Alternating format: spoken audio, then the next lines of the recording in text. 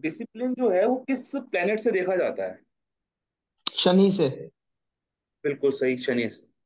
और डिसिप्लिन को मेंटेन कौन करवाता है? सूर्य। बहुत बढ़िया, बहुत ही बढ़िया। क्योंकि सूर्य ही ऐसा प्लेनेट है, और चंद्रमा भी कह सकते हैं, चंद्रमा में बस थोड़ी सी खामी ये है कि वो बस घटता बढ़ता है, सर अदरवाइज। सूर्य कराता है। हाँ, सूर्य का रात है, मैं कह रहा हूँ ठीक चंद्रमा ठीक। जो है वो घटता बढ़ता है। मैंने, आप पूरी बात सुनो पहले ना। आप हम्म। पूछ सकते हो, मैं आपको आपके डाउट क्लियर करने का बिल्कुल मौका दूंगा, लेकिन बीच में नहीं। हम्म। हम्म। तो सूर्य जो है वो डिसिप्लिन को मेंटेन करवाता है। मैंने इस साथ में बोला चंद्रमा जो है वो भी प्रकाशमय प्लेनेट है, ग्रह है, ल्यूमिनरी है, लेकिन वो घटता बढ़ता है ना। तो उसके डे टू डे बेसिस में ना कहीं डिसिप्लिन की कमी है, क्योंकि चंचल है ना, वो इमोशनल है, चंचल है। सूर्य नहीं है इतना इमोशनल, सूर्य ना काफी कड़क प्लेनेट है। और जो डिसिप्लिन हम देखते हैं उसका कारक प्लेनेट जो है वो शनि है। तो हमें कोई भी काम करना होता है ना, कोई भी काम, any work, we need to maintain some discipline. हमें कोई ना कोई डिसिप्लिन मेंटेन करना पड़ता है ना। तो आज बता भी दिया गया था कि भाई आपको अपनी अटेंडेंस पूरी रखनी है, लेकिन कुछ हमारे साथी जो हैं वो अभी भी शायद कुछ कारणों की वजह से, क्योंकि जानबूझ करके तो कोई भी लेट नहीं करता है, कोई भी डिले नहीं करता, शायद कुछ कारणों की वजह से प्रॉपर संख्या में एनरोलमेंट के अकॉर्डिंग वो नहीं आते। बैच बहुत बड़े नहीं है, और ऐसे हैं कि हम वन टू वन इंटरेक्शन कर सकते हैं। बड़े बड़े बैचेस के अंदर जहां पर मोर देन 50 स्टूडेंट जाते हैं, वहां पे इंटरेक्शन करना बहुत मुश्किल है, मैंने खुद फेस किया हुआ है। हिम्मत नहीं होती इंटरेक्शन करने की, कई बार अपनी बात रखने की ना, कई बार। तो एक बार आरोही जी, आप ग्रुप में एक बार मैसेज डाल देना कि क्लास स्टार्ट हो गई है। आरोही जी, जी सर। आप हाँ। ग्रुप हाँ में जी सर, हाँ जी सर। कि क्लास स्टार्ट हो गई है, ज्वाइन कर लें, क्योंकि फिर ना ये कंसेप्ट जितना देखने में आसान लगता है ना, बाधक और मारक, ये देखने में, सुनने में, वो प्रैक्टिकली एप्लीकेशन के हिसाब से भी हम सोचते हैं बहुत इजी गो है, बहुत आसान है। लेकिन बिलीव मी, अब हम 4 5 दिन, 5 6 दिन हम साथ में रहेंगे ना, हम लोग डिस्कशन करेंगे, हेल्दी डिस्कशंस करेंगे, डाउट सॉल्व करेंगे, बातें करेंगे, मैं आपको कुछ समझाऊंगा, आप कुछ पूछेंगे।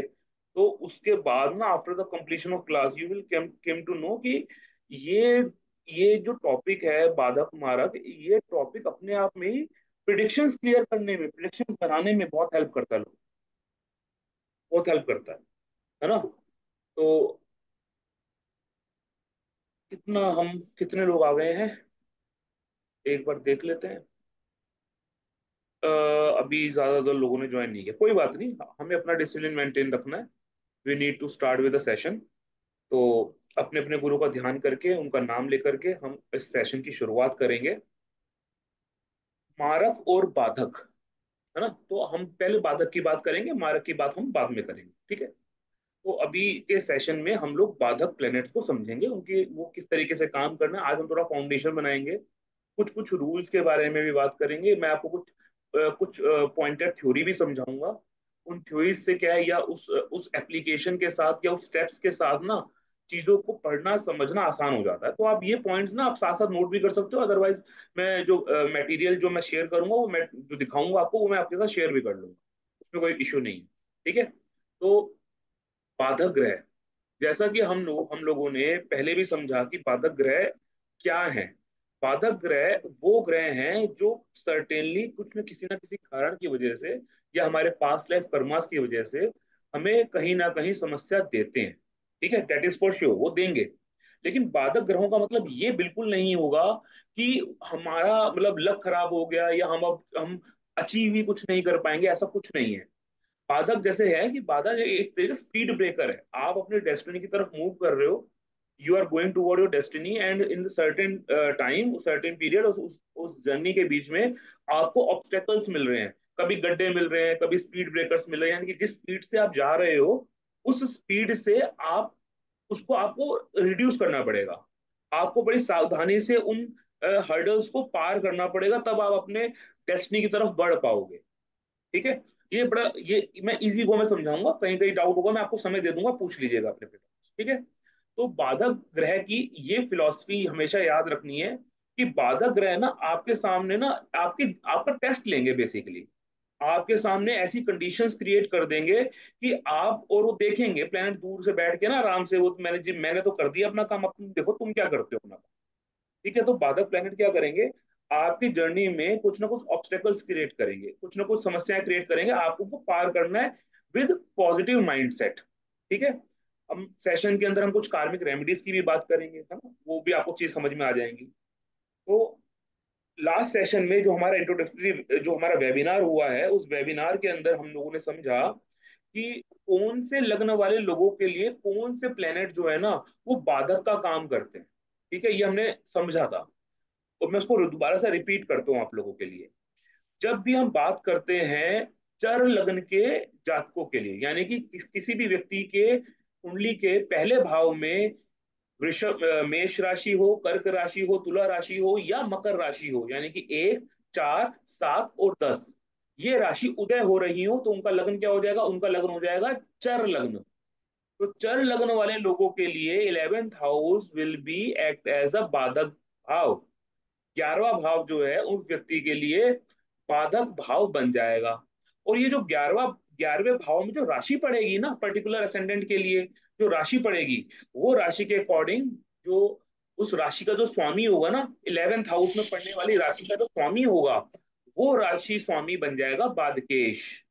जनरल लैंग्वेज को हम क्या बोलेंगे, बाधकेश। ठीक है, उसी तरीके से जब हम बात करेंगे स्थिर लगन के जातकों के लिए, स्थिर लगन के लोगों के लिए, अब स्थिर लगन क्या होता है, स्थिर लगन होता है 2, 5, 8 और 11 राशियां। यार ये जो राशियां हैं, ये राशियां अगर लगन में पड़ जाए ना, व्यक्ति का जन्म हुआ है और लगन के अंदर उसको वृषभ राशि मिल जाए, सिंह राशि मिल जाए, वृश्चिक राशि मिल जाए या कुंभ राशि मिल जाए, तो वो जातक जो है वो स्थिर लगन का जन्म हुआ वो माना जाएगा। ठीक है, ऐसे जातकों के लिए नवम भाव बाधक भाव है, और नवम भाव में पड़ने वाली राशि जो है उसका जो स्वामी है वो बाधकेश कहलाएगा। अब तीसरे नंबर पे आती है द्विस्वभाव राशियां, जिनके पास ड्यूल नेचर होती हैं, जो कुछ कुछ चर और कुछ कुछ स्थिर, यानी कि मूवेबल और स्टैंड स्टिल जो राशियां होती हैं, उनके दोनों का प्रभाव रखती हैं। तो उन राशियों को, यानी कि 3 नंबर, 6 नंबर, 9 नंबर और 12 नंबर, यही राशियां हैं भाई, जिसके अंदर आपको मिथुन राशि मिल जाएगी, कन्या राशि मिल जाएगी, यानी कि बुध की दोनों राशियां और गुरु की दोनों राशियां, ये दोनों राशियां जो है ये द्विस्वभाव रखती हैं। ठीक है, दोनों जीव कारक प्लेनेट हैं, बुध भी और गुरु भी। तो इन ये राशियां अगर लगन में आए ना किसी व्यक्ति के, तो उनका बोलते हैं भाई इस व्यक्ति का जन्म जो है या इसका जो लग्न है ना वो द्विस्वभाव लग्न वाला है। तो उस व्यक्ति के लिए सप्तम भाव में पड़ने वाली राशियां विल बिकम, ये सप्तम भाव जो है वो बाधक भाव है। आपकी जो राशियां हैं वो उनके जो स्वामी हैं वो बाधकेश हैं। ये बड़ा simple, it is very easy to understand कि जब भी द्विस्वभाव राशि लगन में आएगी, अगर भाई राशि आएगी, अब 3 आएगी, 6 आएगी, 9 आएगी और 12 आएगी, इनके जो पादकेश है ना वो स्वैप होते हैं। यानी कि बुध की राशियों में गुरु विल बिकम अ पादकेश, और गुरु के लगन में अगर गुरु यानी 9 नंबर या 12 नंबर का लगन होता है, तो उन जातकों के लिए जो पादकेश का काम करेंगे वो करेंगे बुध। ठीक है, ये स्वैप होता है, तो वो देखेंगे भी, समझेंगे भी, एग्जाम्पल्स के माध्यम से भी समझेंगे। तो ये बड़ा बेसिक ब्रीफ इंट्रोडक्शन है कि बाधक भाव क्या है और बाधकेश क्या है। ठीक है, आप में से किसी भाई का माइक ऑन है जी, मैं म्यूट कर देता हूँ।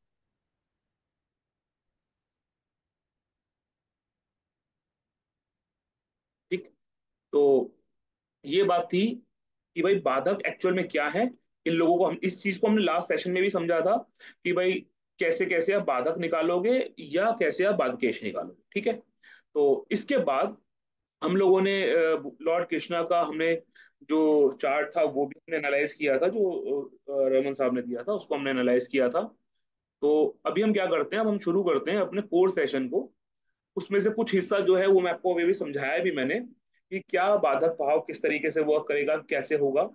चर लगन के लिए फिर से मैं बता देता हूँ, 11th house will be the बाधक भाव। फिर लगन के लिए 9th हाउस। स्वभाव लगन के लिए यहाँ पे मैंने गलत मेंशन किया है, it should be 7th house. ठीक है, ये इसको ऑब्सोलीट कीजिएगा, इसको मानिएगा मत। ठीक है, चलिए। तो मोटा मोटा अगर देखें ना तो 11, 9 और 7, 11th house, 9th house and 7th house का बाधक भाव बनना तय होता है।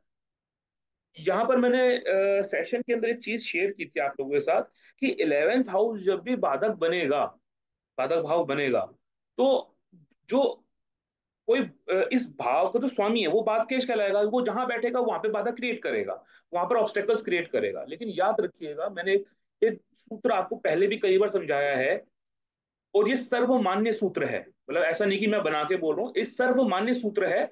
और अगर सर्वमान्य सूत्र है तो वो इस लॉजिक में भी फिट होगा। कोई भी भाव एनर्जी को प्रोड्यूस करता है, एनर्जी को का प्रोडक्शन करता है, क्योंकि अन्न का जो प्रोडक्शन होता है, यानी जो हमें एनर्जी मिलती है, वो फूड से मिलती है। और वो फूड कहां पर होता है? वो फूड जमीन से उगाया जाता है। ठीक है? तो यानी कि जो जमीन है, यानी कि जो भूमि है, वो बेसिकली एनर्जी को हार्वेस्ट करती है, उसको प्रोड्यूस करती है। उसी तरीके से जो भाव है ना कुंडली में, वो भाव भी एनर्जी को प्रोड्यूस करते हैं। और इस एनर्जी को मेंटेन करना, इसको चलाने का काम कौन करता है? इस एनर्जी को चलाने का काम उस भाव का स्वामी, उस भाव पर दृष्टि देने वाले ग्रह, या उस भाव पर बैठने वाले प्लैनेट्स करते हैं। वो उस भाव की एनर्जी को वो सर्कुलेट करेंगे, चाहे वो अपनी एस्पेक्ट से करें, चाहे अपनी प्लेसमेंट से करें।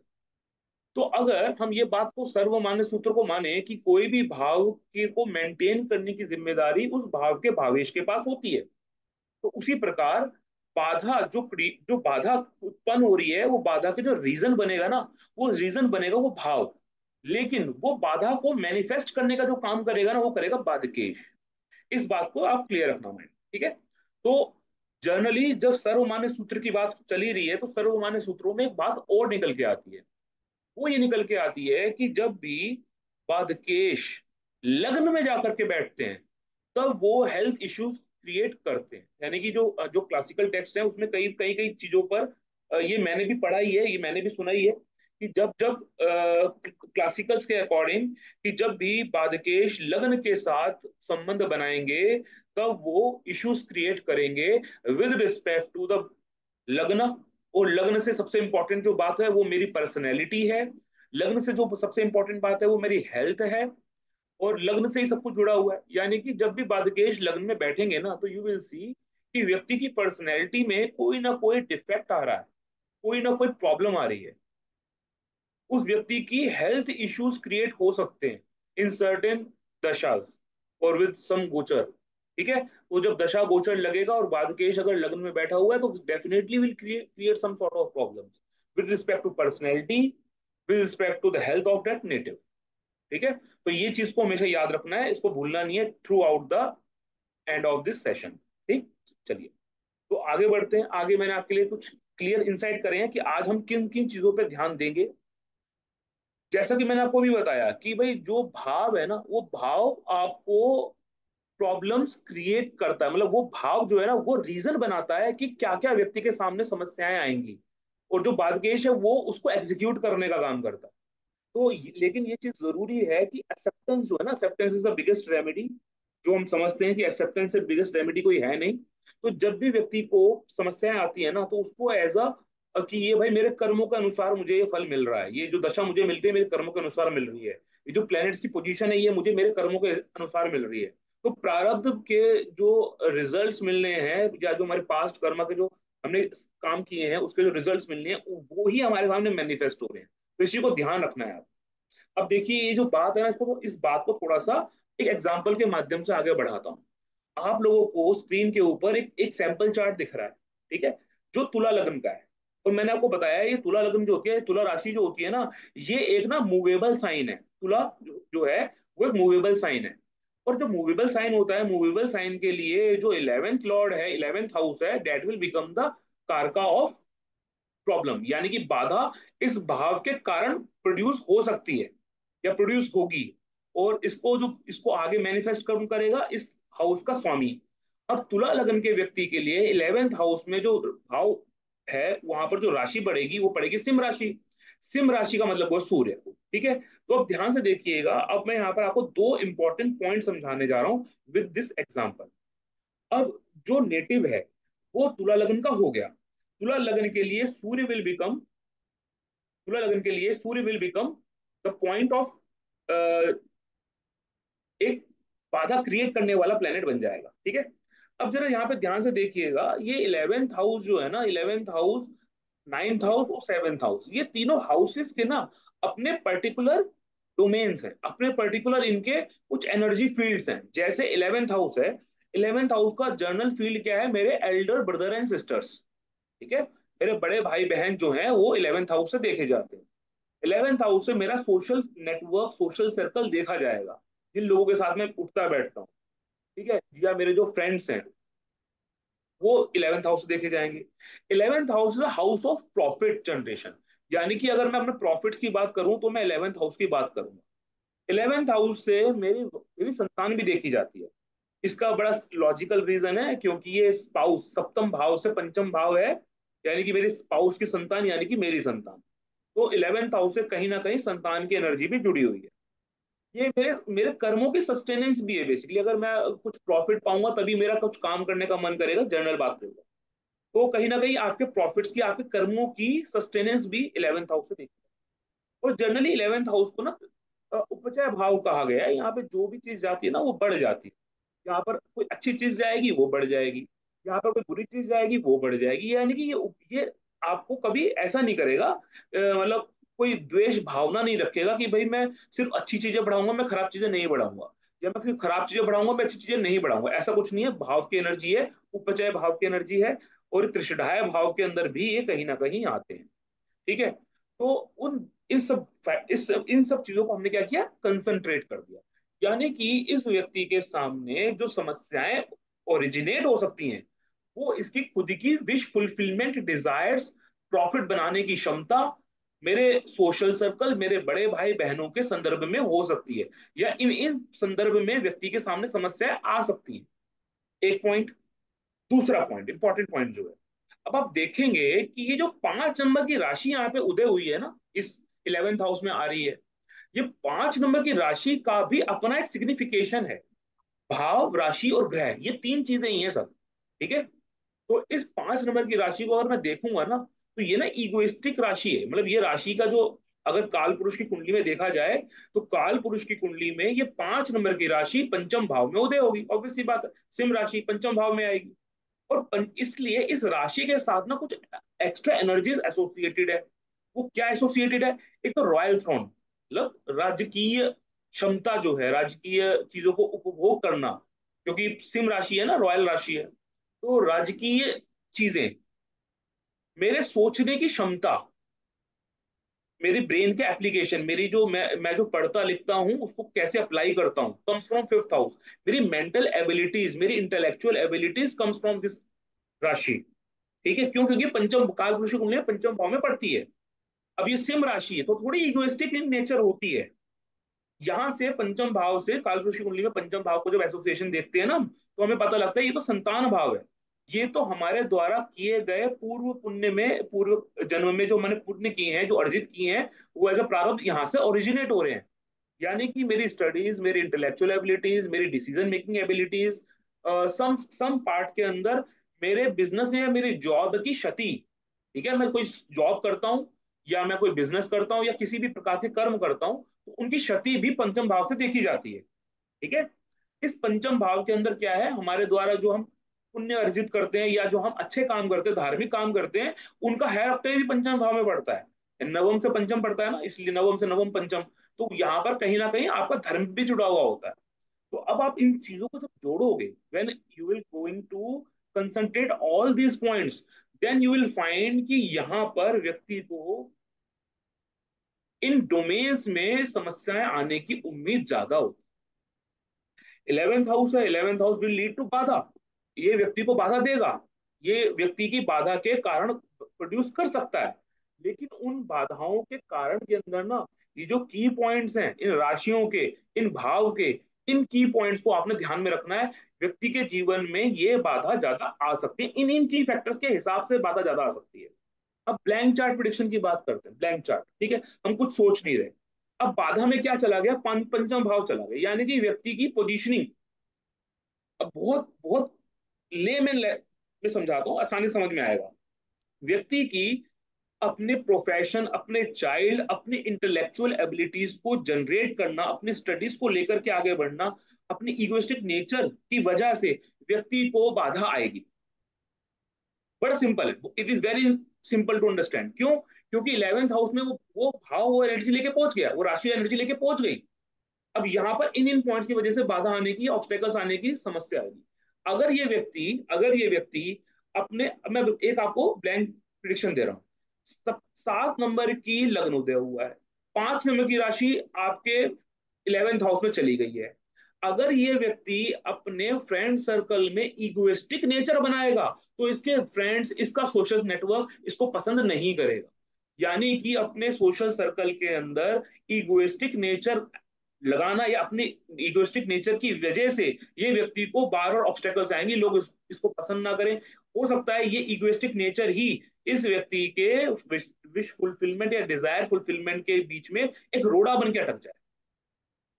और हम अकल्ट के प्रैक्टिशनर हैं, हम अकल्ट को पढ़ रहे हैं, हमें ये चीज समझ में आती है। तो सामने वाला व्यक्ति जब मेरे सामने आके बैठेगा और मैं ये देखूंगा कि यार इसका 5 नंबर का 11 का रिलेशन बना है, यानी कि ये कहीं ना कहीं या तो इसके बड़े भाई बहनों के अंदर इगोइज्म है, या ये व्यक्ति अपने फ्रेंड सर्कल में इगोइस्टिक तरीके से काम करता है, बात करता है। तो हम उसको समझा पाएंगे कि भाई आपको अपने फ्रेंड सर्कल्स में, अपने बड़े भाइयों के साथ आपको विनम्रता के साथ, आपको प्रेम के साथ बात करनी है। आपने अगर अपने फ्रेंड सर्कल में, सोशल कनेक्ट के अंदर आपने अगर इगोइज्म दिखाया, तो आपकी विश फुलफिलमेंट कंप्लीट होने में प्रॉब्लम आएगी। ठीक है? Extra desires can cause problems. ठीक है? क्यों? क्योंकि यहाँ पे राशि आई 5 नंबर की, और वो ना राजसिक राजसिक राशि है, मतलब काम कम करना चाहते हैं, प्रॉफिट ज्यादा कमाना चाहते हैं। Try to understand this point कि 5 नंबर की राशि जो सिंह सिंह राशि हो गई, वो रॉयल राशि है, राजा की राशि है। और जो सिंह जो है वो एक ऐसी राशि है जो थोड़ी सी ना स्थिर है, मतलब सिंह राशि स्थिर राशि होती है। तो ये राशि के नेचर ना अड़ने का नेचर है, अड़ने का, स्टबन होने का नेचर है। ठीक है? तो ये व्यक्ति क्या करेगा, एक्स्ट्रा डिजायर्स रखेगा, स्टबन हो जाएगा, stubbornness will create problem in his life. Are you getting this point? इतनी बात समझ में आई आप लोगों को? कैसे हमें एनालिसिस का काम करना यस होता सर। है, समझना होता है। ठीक है? अभी तक किसी का कोई भी डाउट है वो पूछ सकता है।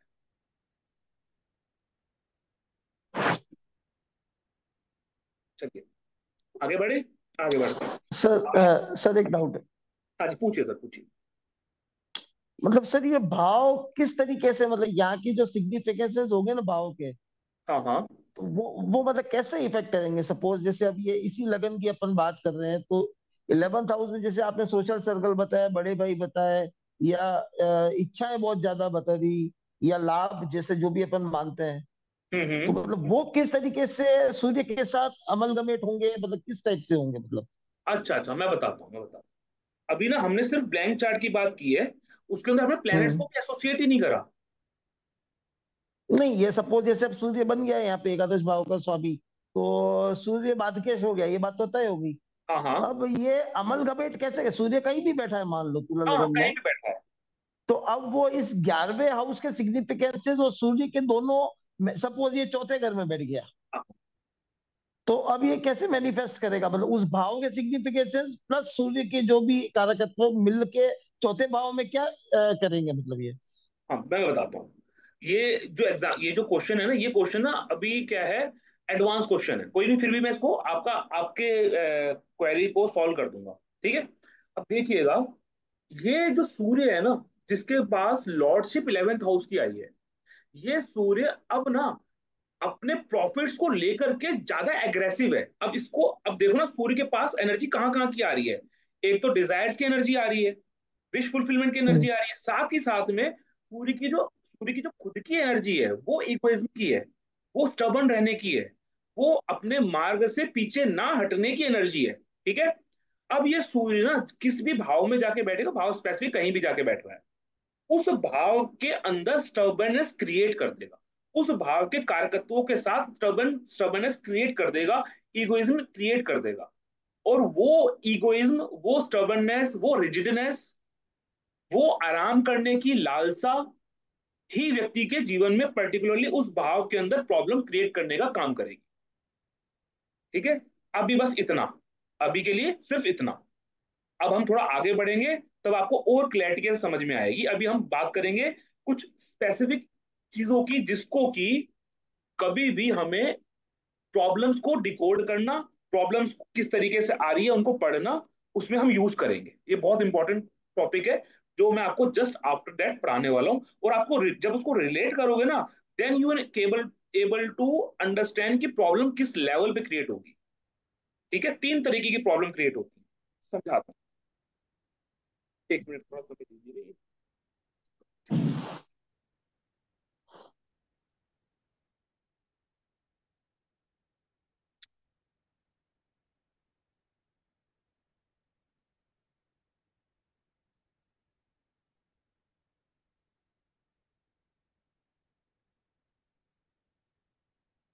Why camera is not working? Now it is working. हाँ ठीक है। तो थोड़ा सा पेशेंस रखिए। अभी मैं एक बहुत इंपॉर्टेंट टॉपिक आप लोगों के साथ डिस्कस करूंगा, जो कि ना विल डेफिनेटली हेल्प यू, और आपके ना जब आप कुंडली का एनालिसिस करोगे विद रिस्पेक्ट टू प्रॉब्लम्स, तो वो आपको ना एक एक्स्ट्रा एक एज देगी। ठीक है, और वो चीजें जो है वो सही में बहुत इंपॉर्टेंट टॉपिक है। तो अब उसके बढ़ने से पहले मैंने आपके लिए यहाँ पे एक स्नैपशॉट तैयार किया है, and you can able to understand कि भाई कौन से लग्न के लिए कौन सा हाउस जो है वो बाधक भाव है, और उस भाव का स्वामी कौन है। ठीक है, तो एक साइड तो मैंने आपको पूरी लिस्ट दे दी है 12 के 12 लग्नों की, और एक साइड मैंने आपके लिए एक छोटा सा स्नैपशॉट तैयार कर दिया है। जैसे भी जब भी आप लगन में एक नंबर या दो नंबर यानी मेष या वृषभ राशि देखोगे ना, तो सीधा समझना शनि विल बी द बाधकेश of in that chart. Shani जो है एक नंबर और दो नंबर की राशियों के लिए बाधकेश का काम करते हैं। एक तो स्नैपशॉट में ऑलरेडी आपको समझा चुका हूं कि भाई जो 3 नंबर और 6 नंबर की राशियां होती है ना, उनके लिए गुरु होते हैं, यानी कि बुध की राशियों के लिए गुरु बाधकेश का काम करेंगे, और गुरु की राशियों के लिए बुध जो है वो बाधकेश का काम करेंगे। ये तो आपको तुरंत लर्न हो जाएगा। एक और दो नंबर का भी मैंने आपको याद करा दिया कि एक नंबर दो नंबर यानी कि शनि विल बी द बाधिकेश। अच्छा, सूर्य और चंद्रमा है ना, ये ना सिर्फ एक एक राशि एक एक लग्न के लिए ही बाधिकेश का काम करते हैं। सूर्य जो है वो तुला लग्न के लिए बाधिकेश का काम करेंगे, जैसा कि अभी हमने देखा था प्रीवियस एग्जाम्पल में। और जो वृश्चिक लग्न है ना, वृश्चिक लग्न के लिए चंद्रमा जो है वो बाधिकेश का काम करेंगे। अब यहाँ पर बड़ी खास बात है, दोनों चीजों को समझिएगा। 7 नंबर का जो लग्न है यानी तुला लग्न के व्यक्ति हैं, उनके लिए सूर्य जो है वो बातकेश का काम करेंगे। अगर इस सूर्य को मैंने लगन में बिठाया, तो आप देखेंगे कि ये जो सूर्य है ये कहां पर आके बैठ गया, अपनी नीच राशि में आकर के बैठ गया। अभी हम डिग्रीज पे जा ही नहीं रहे, अभी हम सिर्फ ये देख रहे हैं कि भाई तुला लगन का चार्ट है, और तुला लगन के लिए सूर्य विल बी द बाधकेश। और अगर इसी सूर्य को मैं लगन में आके बिठाऊंगा ना, तो सोचिए इस व्यक्ति की स्टबर्नेस की लिमिट क्या होगी, कितना अड़ियल आदमी होगा ये। क्यों? एक तो सूर्य ना नीच का है, यानी कि नीच और एक्सॉल्टेड का एक सिंपल सा मैं सूत्र बताता हूँ, सिंपल सी भाषा में समझाता हूँ। जो उच्च का प्लेनेट है वो थोड़ा विजडम लेके बैठा हुआ है, ठीक है, उसको थोड़ा ज्ञान है चीजों का। और जो नीच का प्लेनेट है ना, वो ज्ञानी नहीं है, वो ना बस अटका हुआ है एक जगह पर, वो आगे बढ़ नहीं पा रहा है, कुछ अच्छे से काम कर नहीं पा रहा है, कुछ समस्याएं आ रही हैं उसको।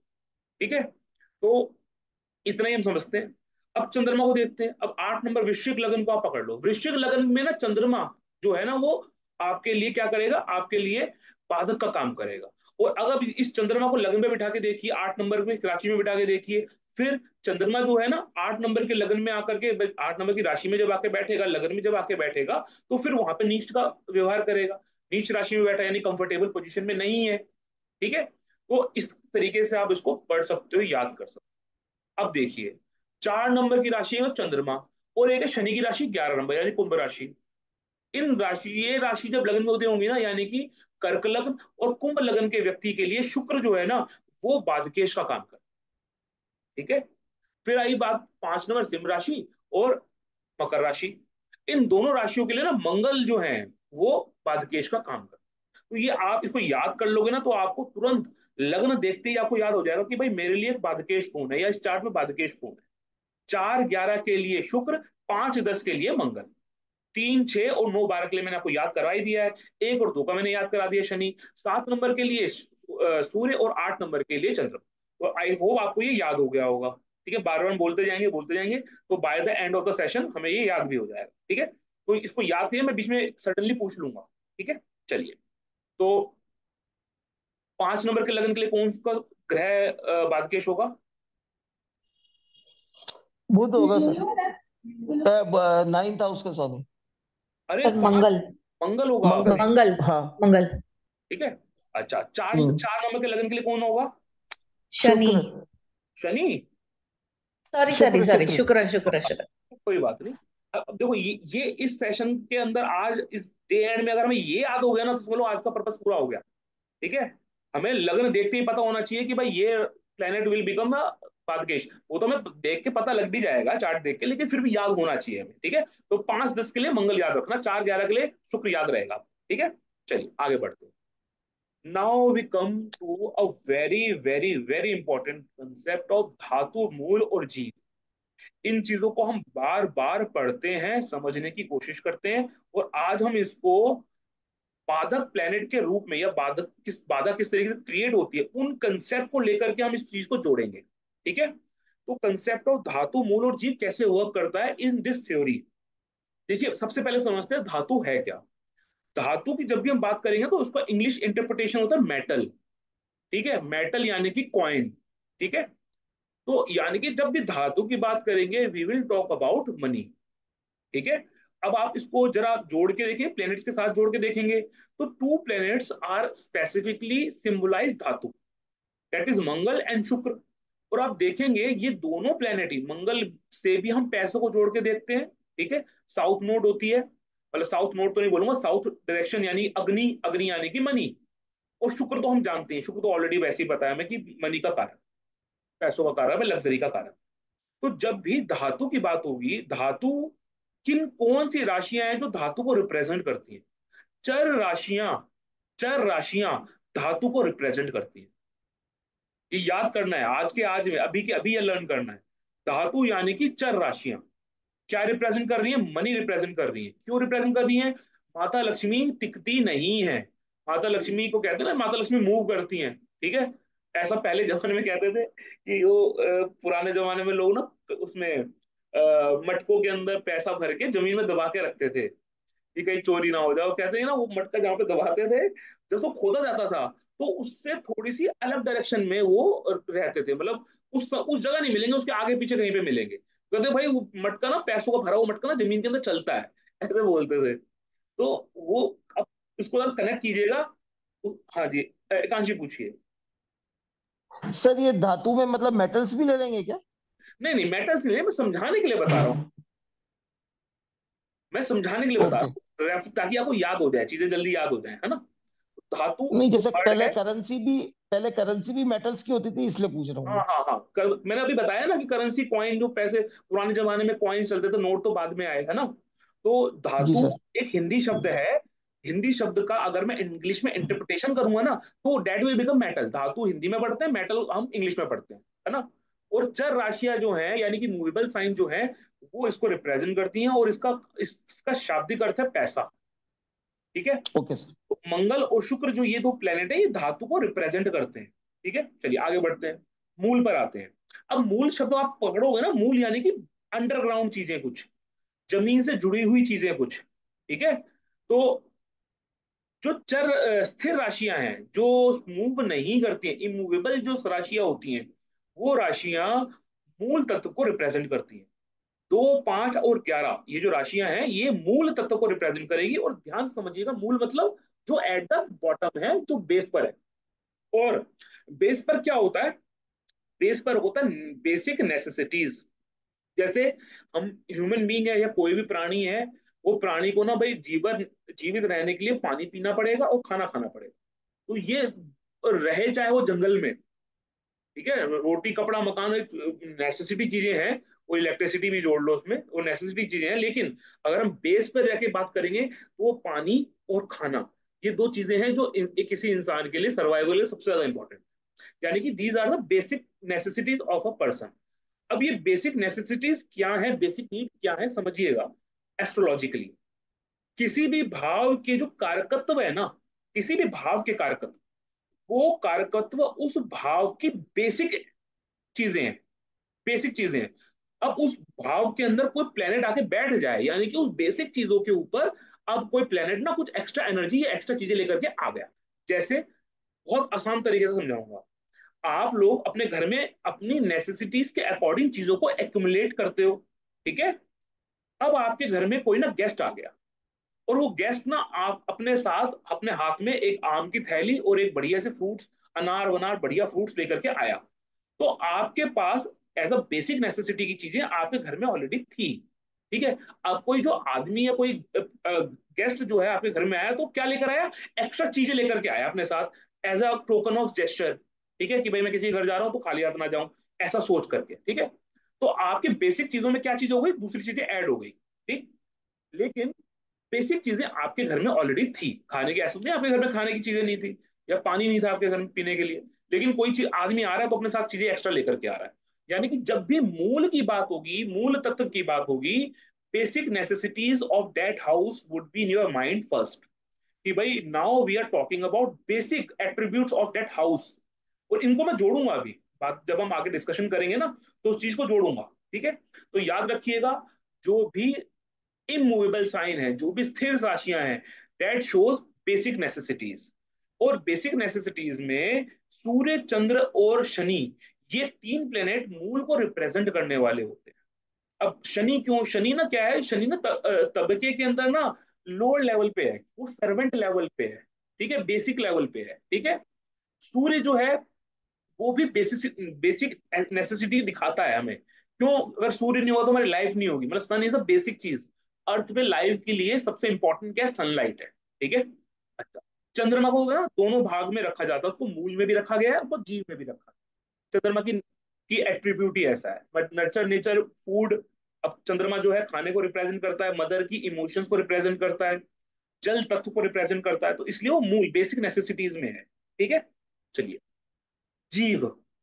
जीव के लिए जितने भी हमारी द्विस्वभाव राशियां हैं, वहां पर जीव का कंसेप्ट आता है, यानी वो जो द्विस्वभाव राशियां हैं वो जीव को रिप्रेजेंट करती हैं। और जीव क्या है? प्राणी, यानी कि एक लिविंग बीइंग, ठीक है। जो जिंदा है वो प्राणी है, वो जीव है। वो जीव क्या है? इसको अगर मैं प्लेनेटरी पोजीशन से देखूं, तो बुध, गुरु और चंद्रमा, ये तीनों जीव को रिप्रेजेंट करने वाले प्लैनेट्स हैं। बुध जो है वो बच्चा है, मतलब बहुत छोटा बच्चा है। गुरु जो है वो तो हम जीव कारक कहते ही हैं, और चंद्रमा की, चंद्रमा ना मदर है बेसिकली। तो मदर ही एक जीव को उत्पन्न कर सकती है, ठीक है, इसलिए चंद्रमा को यहाँ पर जीव की कैटेगरी में भी रखा गया है। तो चंद्रमा के पास दो ड्यूल नेचर है, वो मूल भी है, वो जीव भी है, ठीक है। और गुरु जो है वो हमारे जीव है, बुध भी हमारे जीव है। प्राणी से एक चीज और बता, हम ना हर एक भाव से किसी ना किसी रिलेशन को जोड़ लेते हैं। जैसे लग्न से हम अपने आप को जोड़ते हैं, सेकंड हाउस से हम अपने परिवार को जोड़ते हैं, थर्ड हाउस से अपने छोटे भाई बहनों को जोड़ते हैं, चतुर्थ भाव से अपनी मदर को जोड़ते हैं, पंचम भाव से अपने जो हमारे संतान है उसको जोड़ते हैं, छठे भाव से अपने दुश्मनों को जोड़ लेते हैं, सप्तम भाव से अपनी वाइफ को जोड़ लेते हैं, अष्टम भाव से हम अपने भाई, अपने ससुराल पक्ष को जोड़ लेते हैं, नवम भाव से पिता को जोड़ते हैं, दशम भाव से अपने सर्वेंट्स को जोड़ते हैं, या जहां पे हम सर्विस करते हैं अपने सब ऑर्डिनेट्स को जोड़ लेते हैं, इलेवेंथ हाउस से अपने बड़े भाई बहनों को जोड़ लेते हैं, ट्वेल्थ हाउस से हम अपने गुरु के आश्रम को जोड़ लेते हैं, डॉक्टर्स को से जोड़ लेते हैं, विदेशी संस्थाओं से खुद को जोड़ लेते हैं। तो हर एक भाव से ना कोई जीव ना कनेक्टेड है, ठीक है। इन इन धातु मूल जीव के कंसेप्ट से इसको समझने के बाद, इसको अप्लाई करने के बाद ना, आपको एक्चुअल में बड़ी बड़ी ब्यूटीफुल एक पोर्ट्रेट आप बना पाओगे कि भाई सामने वाले के जीवन में प्रॉब्लम का कारण क्या है। पैसा कारण है, कोई व्यक्ति कारण है, या उस भाव के बेसिक नेसेसिटीज जो हैं वो कारण, क्या किस वजह से सामने वाले के लिए प्रॉब्लम क्रिएट हो रही है। इसको डिकोड करने की जो चाबी है ना, ये धातु मूल जीव ही है, डीएमजे जो है। These are the key to solve the problem, या to understand why what is the problem, ठीक है। तो मैंने नीचे कुछ पॉइंट्स दिए हैं, उन पॉइंट्स को पढ़ते हैं और आगे बढ़ते हैं। जब भी बाधक ग्रह यानी कि बाधकेश किसी स्थिर राशि में जाकर के बैठ गया, स्थिर यानी कि मूवेबल इमूवेबल साइन, ये 2 5 8 11 में जाके बैठ गया, ठीक है। तो आपको एक पॉइंट तुरंत क्रैक करना है, तुरंत। ये जो बाधकेश है ना, ये एक ऐसी राशि में जाके बाधा क्रिएट कर रहा है जो कि स्थिर राशि है। यानी कि बाधा जो है ना उस भाव के बेसिक जो कारण है, बेसिक जो कारकत्व हैं, उनकी वजह से बाधा आ सकती है। या ये जो बाधकेश है इस भाव में, जिस भी भाव में जाके बैठेगा, उस भाव के बेसिक कारकत्वों को इफेक्ट करेगा। ठीक है। अगर कोई बाधकेश किसी मतलब मूवेबल साइन में जाके बैठ गया, ठीक है, तो अब now you can able to decode कि ये जो बाधक है ना, ये बाधक एक मूवेबल साइन में जाके बैठा है, यानी कि इस भाव के संबंध में कोई ना कोई पैसों की समस्या या कोई ना कोई जो लेन देन की समस्या है ना वो क्रिएट होगी। आप उसको डिकोड कर पाओगे कि इस भाव से संबंधित जो भी पैसे का लेन देन है ना वो कहीं ना कहीं अफेक्टेड है। ठीक है। अब अगर बाधकेश द्विस्वभाव राशि में जाके बैठा, यानी कि इस भाव का जिस भी भाव में जाके बैठेगा बाधकेश, और वो स्पेसिफिकली अगर किस जीव मतलब मूवेबल साइन में, सॉरी, द्विस्वभाव राशि के अंदर, ड्यूल साइन के अंदर जाके बैठा है, तो उस भाव के जीव के साथ कोई ना कोई समस्या है। ये इस कंसेप्ट को पढ़ाने का मेन मोटिव है कि धातु मूल जीव के माध्यम से आप prima facie you can able to crack down की समस्या किस लेवल से आ रही है। पैसों की है, बेसिक नेसेसिटीज की है, कि इस भाव के प्राणी के साथ या इस भाव से संबंधित जो जीव है उसकी समस्या है। ये बात समझ में आई? इतनी बात क्लियर हुई? याद रखना, धातु मूल जीव के अंदर में राहु केतु को छोड़ करके बाकी प्लैनेट्स यहाँ पे हमने कंसीडर करे हैं। पूरी कर लिया, चंद्र कर लिया, मंगल कर लिया, बुध कर लिया, गुरु कर लिया, शुक्र कर लिया, शनि कर लिया। ठीक है। तो इन प्लैनेट्स को भी याद रखना कि भाई इन प्लैनेट्स के पास ना एनर्जी कैसी है। इन प्लैनेट्स के पास भाई बुध है। अब बुध जाके कहीं पे पीड़ित हो रहा है तो हमें बताइए, बुध ना जीव कारक प्लैनेट है, और बुध मान लीजिए बाधकेश है। ठीक है, बुध बाधकेश हो गया। तो बुध बाधकेश कब होगा? जब लग्न में 9 और 12 नंबर की राशि आएगी तब बुध बाधकेश होगा। ठीक है। यानी कि अब ये जो बुध है ना, ये जो बाधकेश है, इस बुध के पास, इस बाधकेश के पास जीव को पीड़ा देने की कैपेबिलिटी है। ठीक है। और ये जीव ना, ये मान लो ये बुध जो है वो 9 नंबर की राशि में जाके भी बैठ गया, यानी कि लग्न में जाके बैठ गया, सीधा सीधा व्यक्ति को ना डिसीजन लेने नहीं देगा। बुध क्या है? बुध ना मैड है, मैड पर्सन है बुध। बुध जो है मतलब छोटा बच्चा है ना, मैड पर्सन मतलब छोटा बच्चा है वो, बुद्धि ठीक है, उसके पास इंटेलिजेंस बहुत है, लेकिन वो उतावलापन भी बहुत है, जल्दबाजी बहुत है, वो जल्दी काम कर एक्ट कर लेता है, सोचना सोचना बाद में, पहले एक्ट कर लेना है। ठीक है। तो वो तो जब बच्चा है, वो जीव है, वो लग्न में जाके बैठ गया, तो हमें समझ में आ गया ये व्यक्ति को सीधा सीधा समस्या है। इस व्यक्ति को सीधा सीधा समस्या पहुंचेगी पहुंचेगी। ये व्यक्ति अपने एल्डर्स को रिस्पेक्ट देता ही नहीं है। ये व्यक्ति जो है ना, जो ट्रेडिशंस है या जो रूल रेगुलेशन है उसको नहीं मानता है। रूल रेगुलेशन तोड़ने की इसको को आदत है, और वो रूल रेगुलेशन तोड़ने की आदत जो है वही इस व्यक्ति की समस्या, जीवन में समस्या का कारण बनेगा। ठीक है।